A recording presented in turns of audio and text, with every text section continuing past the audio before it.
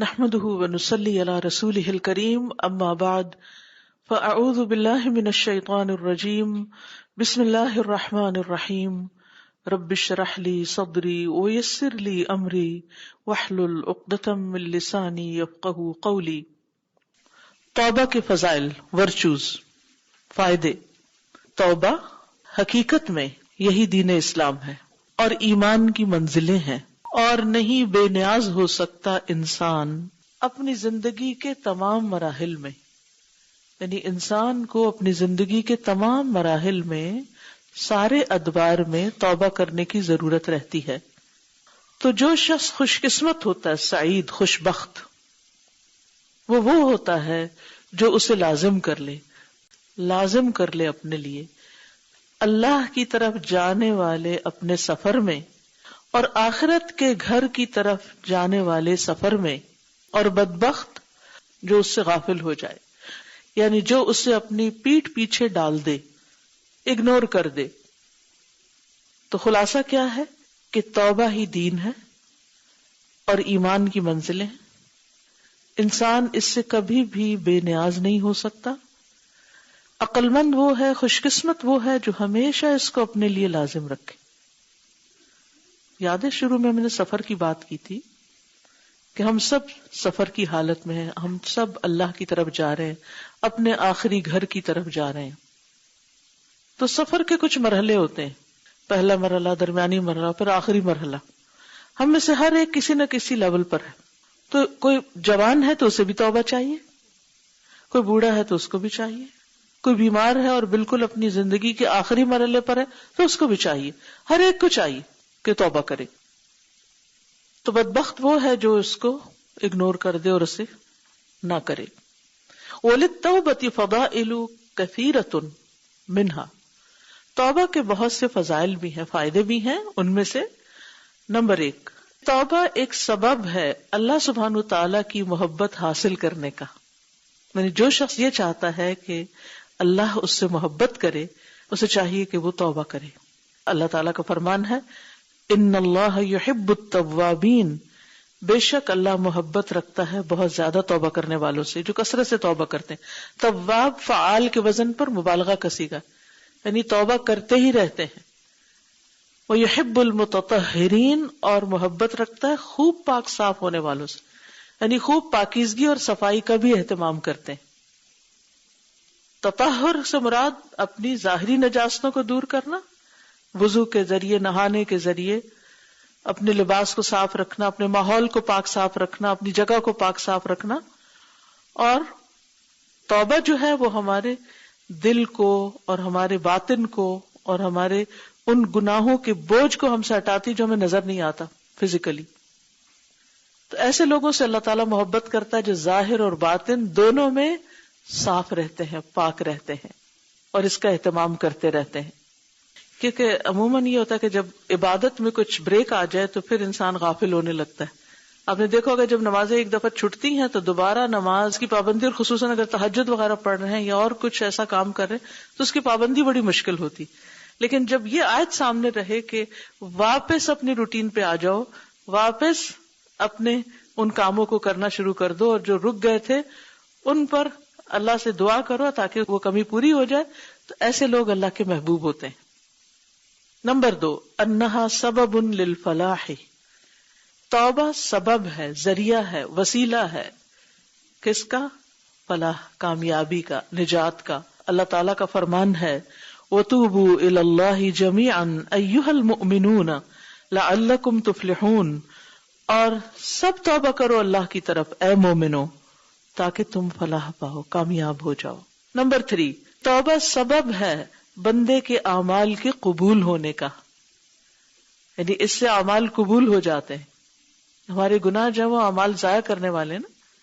وَالْعَفْوِ عَنْ سَيِّئَاتِهِ، اور اس کی برائیوں سے درگزر کرنے کا سبب ہے۔ اللہ تعالیٰ فرماتے ہیں، اور وہی ہے جو توبہ قبول کرتا ہے اپنے بندوں سے اور برائیوں کو معاف کر دیتا ہے، ان سے درگزر کر جاتا ہے۔ جو توبہ کر لے اور نیک عمل کرے تو وہ دراصل اللہ کی طرف رجوع کرتا ہے، سچا رجوع۔ کیسے پتا چلتا ہے کہ ہم نے توبہ کر لی؟ جب ہم اس گناہ کو چھوڑ دیں اور نیکیاں کرنا شروع کر دیں، اس کے اپوزٹ کرنا شروع کر دیں. ویسا نماز نہیں پڑھتے تھے، توبہ کی، اب نمازیں پڑھنی شروع کر دیں. اسی طرح کوئی بھی غلط کام جو ہم نے شروع کیا اس کو انڈو کیسے کریں؟ نمبر 1 توبہ، اور نمبر 2 عمل صالح سے. کچھ لوگ اپنی ابتدائی زندگی میں نمازوں سے غافل رہتے ہیں، قضا کر بیٹھتے ہیں، پھر انہیں احساس ہوتا ہے، دین پڑھتے ہیں، قرآن پڑھتے ہیں، پھر کہتے ہیں کہ اب ان نمازوں کا کیا کریں، کچھ گنتی بھی نہیں، کچھ حساب بھی نہیں، اب کیا کریں؟ اب 2-3 چیزیں ہوتی ہیں. کچھ لوگ تو یہ کرتے ہیں، ان کا حساب کرنے بیٹھتے تھے، پھر ہر نماز کے ساتھ پرانی نمازیں ملاتے، اس سے نہ وقتی نماز ڈھنگ سے پڑھی جاتی ہے نہ پچھلی، اور ایک عجیب پریشانی میں رہتے ہیں. نبی صلی اللہ علیہ وسلم نے ایسا کوئی طریقہ ہمیں نہیں بتایا. اس کا طریقہ کیا ہے کہ ہم جتنے مزید نوافل پڑھ سکیں پڑھیں، صدقہ خیرات کریں، ذکر کریں، توبہ کریں، جو ہم سے ہوتا ہے، اور آئندہ نماز نہیں چھوڑیں. اگر آپ واقعی چاہتے ہیں نا پچھلی نمازیں معاف ہو جائیں تو آئندہ اپنی نمازوں کی پابندی کریں. ای تقبل توبتہ، یعنی ایسے شخص کی توبہ قبول کی جاتی. کس کی؟ من تاب وعمل صالحا، جس نے توبہ کی اور نیک عمل کیے. فإنہ یتوب الی اللہ متابا، یہ ہے اصل میں سچی توبہ کرنے والا، جو توبہ کرے اور پھر صبح توبہ کرے اور شام کو دوبارہ وہی کام شروع کر دے اور ڈٹائی سے کرے اور پھر اس پہ اصرار کرے اور پھر اپنے نفس کو تعویلیں دے اور پھر کہے اچھا میں توبہ کر لوں گا جب حج پہ جاؤں گا. تو یہ زندگی بڑی خطرناک ہے اس طرح. نمبر 4، جنت میں داخل ہونے کا سبب ہے اور آگ سے بچنے کا. اللہ تعالیٰ کا فرمان ہے فَخَلَفَ مِن بَعْدِهِمْ خَلْفٌ أَضَاعُوا الصَّلَاةَ وَاتَّبَعُوا الشَّهَوَاتِ فَسَوْفَ يَلْقَوْنَ غَيًّا إِلَّا مَن تَابَ وَآمَنَ وَعَمِلَ صَالِحًا فَأُولَئِكَ يَدْخُلُونَ الْجَنَّةَ وَلَا يُظْلَمُونَ شَيْئًا. تو پیچھے آئے ان کے بعد خلف، ایسے ناخلف، اضاعوا الصلاۃ، جنہوں نے نمازیں ضائع کر دی. یعنی ماں باپ تو نیک لوگ تھے، یا پہلی جنریشن تو اچھی تھی، لیکن بچے کیسے نکلے کہ انہوں نے نمازیں چھوڑ دی. واتبعوا الشہوات، اور اپنی خواہشات کے پیچھے پڑ گئے، ہر وقت کھیل کود، انٹرٹینمنٹ اور جن چیزوں میں ان کا دل لگتا ہے، بس اپنی من مانی پسندیدہ مرضی کی خواہشات کی زندگی بسر کرنا چاہتے، کسی چیز میں اپنے آپ کو باؤنڈ نہیں کرنا چاہتے، کوئی رسپانسبلٹی نہیں لینا چاہتے، کوئی کام ٹک کے نہیں کرنا چاہتے.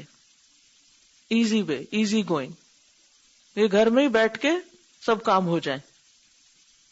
اور آپ دیکھیے کہ جتنے فتنے اس دور میں آئے ہیں، پہلے کیا ہوتا تھا کہ لوگ صبح سویرے اپنے گھروں سے نکلتے تھے، جلدی اٹھے کہ جانا ہے کام پہ، اٹھے نماز پڑھی، کام کے لیے نکلے، کھپ کھپا کے واپس آئے، کچھ ٹائم فیملی کے ساتھ گزارا، کچھ اور کام کیے اور سو گئے، راتیں سونے کے لیے، دن کام کرنے کے لیے.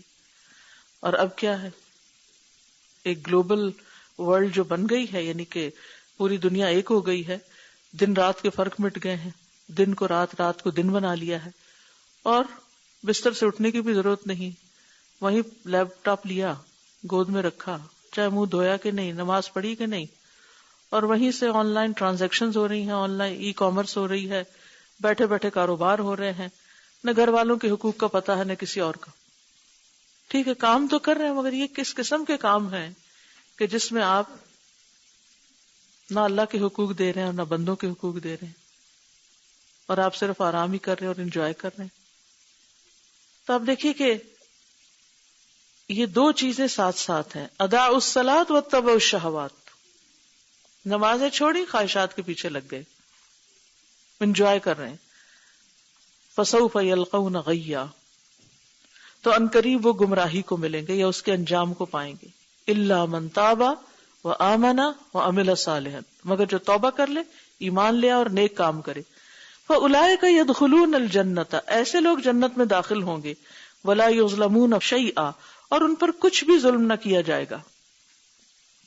یعنی اگر انہوں نے کبھی نمازیں چھوڑی یا خواہشات کے پیچھے لگ بھی گئے تھے، جوانی ان کی ایسے گزر گئی، یا کچھ سرٹن پیریڈ آف ٹائم ایسا آیا کہ وہ بھی بہک گئے دوستوں کی وجہ سے یا کسی کمپنی کی وجہ سے، اور پھر ان کو ہوش آ گئی، تو پھر انہوں نے توبہ کر لی، ایمان لے آئے، نیک کام شروع کر دیے، تو بھلے انہوں نے پہلے نمازیں ضائع کی تھیں یا وہ خواہشات کے پیچھے لگ گئے تھے، لیکن اس سچی توبہ اور نیک کاموں کی وجہ سے اور ایمان کی وجہ سے جنت میں داخل ہوں گے، اور ان پر کچھ بھی ظلم نہ کیا جائے گا، یعنی ان کی محنت ضائع نہیں کی جائے گی.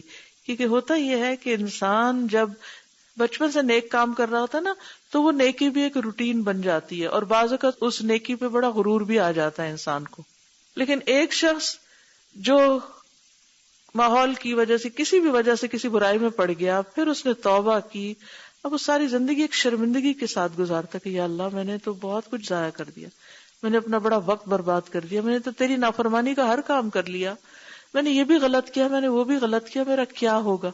یہ ندامت اللہ کو اس سے زیادہ پسند ہے جو ان لوگوں کو لاحق ہو جاتی ہے خوش فہمی یا غرور یا دھوکہ یا تکبر یا ایروگنس، جو سمجھتے ہیں کہ ہم تو نیک ہی نیک ہیں، ہم نے تو آج تک نماز چھوڑی نہیں. یہ کیسے لوگ ہیں جو نماز نہیں پڑھتے؟ پھر وہ دوسروں کو لک ڈاؤن کرنا شروع کر دیتے ہیں. تو یہ نیکی کر کے اپنے آپ کو ضائع کر رہے ہیں، اور وہ غلطی کرنے کے بعد لوٹ کر اللہ کو راضی کر کے اچھے کام کر کے آگے نکل رہے ہیں. تو اس نفس کے بڑے دھوکے ہیں، ہمیشہ الرٹ رہنے کی ضرورت ہے.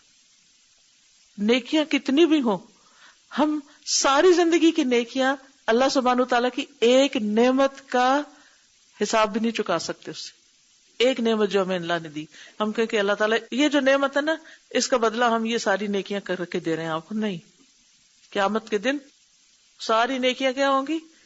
ان کو ایک نعمت کھا جائے گی. اب بتاؤ باقیوں کا حساب کہاں ہے؟ تو کبھی نہ سوچے کہ ہم بہت نیک ہو گئے، اور کبھی یہ نہ سوچے ہاں وہ فلاں میں جانتا ہوں وہ کیسا تھا، دیکھا ہوا میں نے اس کو، وہ فلاں، اور پھر اس کو تانے دیتے ہیں اس کے ماضی کے، وہ جو ایسا اور ایسا تھا، وہ جو یہ اور یہ کرتا تھا.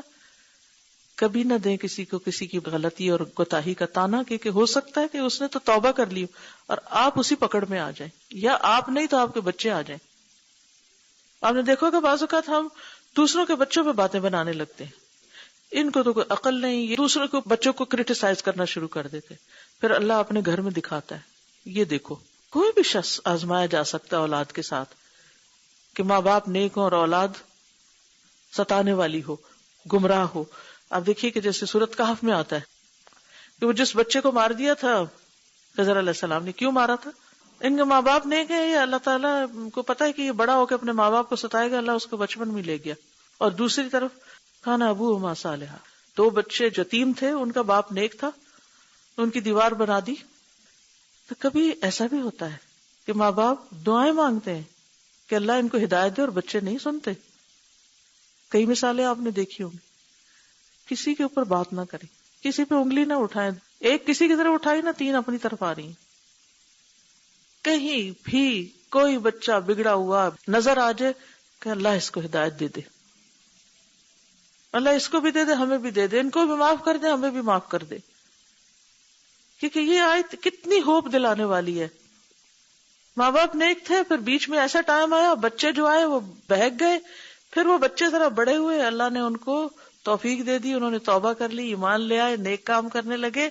تو ان برائیوں کے ساتھ بھی اللہ ان پہ مہربان ہو جاتا ہے اور ان کو نکال دیتا ہے، ان کے نام اعمال سے دھو دیتا ہے، معاف کر دیتا ہے. تو اللہ کی رحمت بہت وسیع ہے. سبحانک اللہم و بحمدک، اشہد ان لا الہ الا انت، استغفرک و اتوب الیک. السلام علیکم و رحمۃ اللہ وبرکاتہ.